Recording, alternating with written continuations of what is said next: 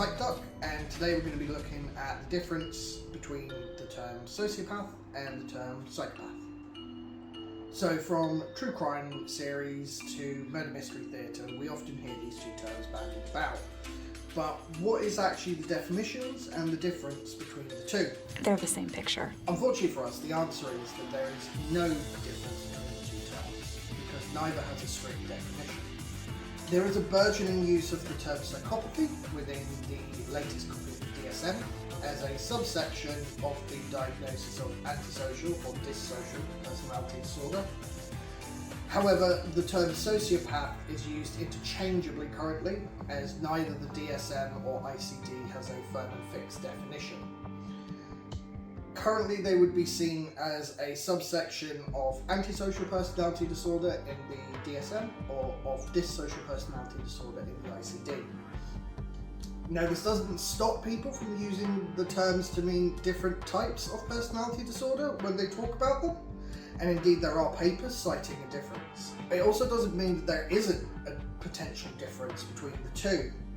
What it does mean is that whenever someone uses it, they have to define what they mean. So a paper that chooses to make a distinction between psychopath and sociopath has to define what they mean in the paper, and it is only applicable for when they are talking about the terms within the paper. This is unlike when we say something such as depression, where everyone within the psychology and psychiatric community knows what we mean when we say depression or bipolar disorder.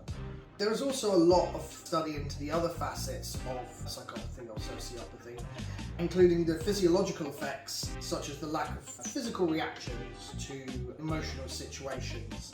Whilst you or I, when we are engaged in a stressful situation, such as, for example, having stabbed someone, we will often feel, as well as panic and worry, a physiological response to these.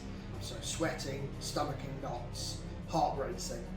However, when someone is defined as suffering from psychopathy or sociopathy, they are found to not suffer these physical reactions to the emotional turmoil they are going through. This may not seem important, but as we've discussed in a case of, for instance, harming someone else or harming yourself, whilst you or I may be overcome with emotions because the physiological responses promote ever more extreme feelings in that situation, the person suffering from sociopathy or psychopathy does not, and they are able to continue, as it were, without these physiological effects. And we've also identified a genetic component within psychopathy or sociopathy.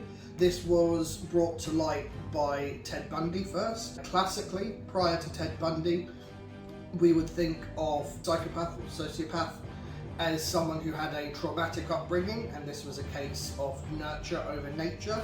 However, Ted Bundy skewed the mould there because he had a classically calm and pleasant upbringing.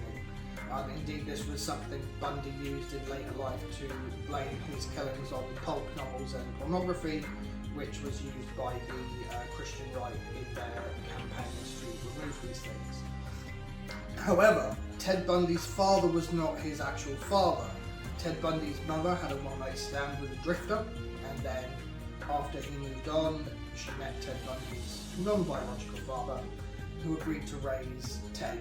Unfortunately, a drifter would be a somewhat cliched career for a psychopath or sociopath because of their inability to often form true relationships with people around them.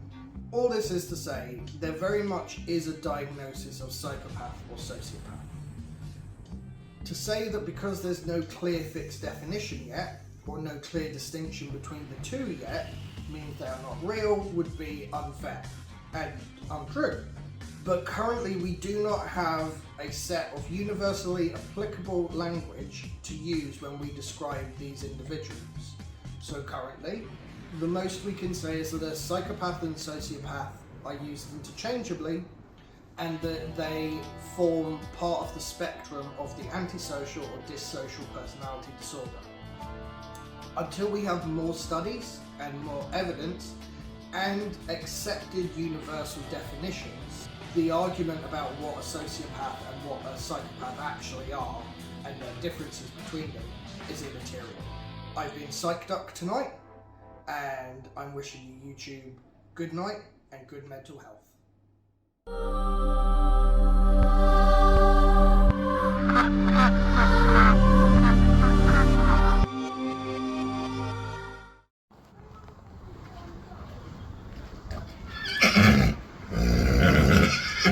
Hi there folks, my name's Psychduck and the horse you just met is Rebecca.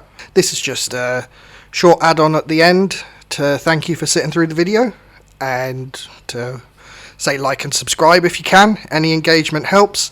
Just to highlight something from the video, it may have seemed like I was associating psychopaths and sociopaths with serial killer and using the term interchangeably.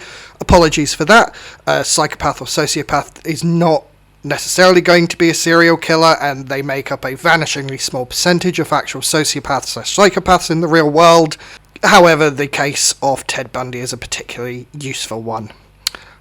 So, just to reiterate, a psychopath sociopath can get into a range of careers that aren't serial killing, from priest to investment banker to surgeon to consultant psychiatrist.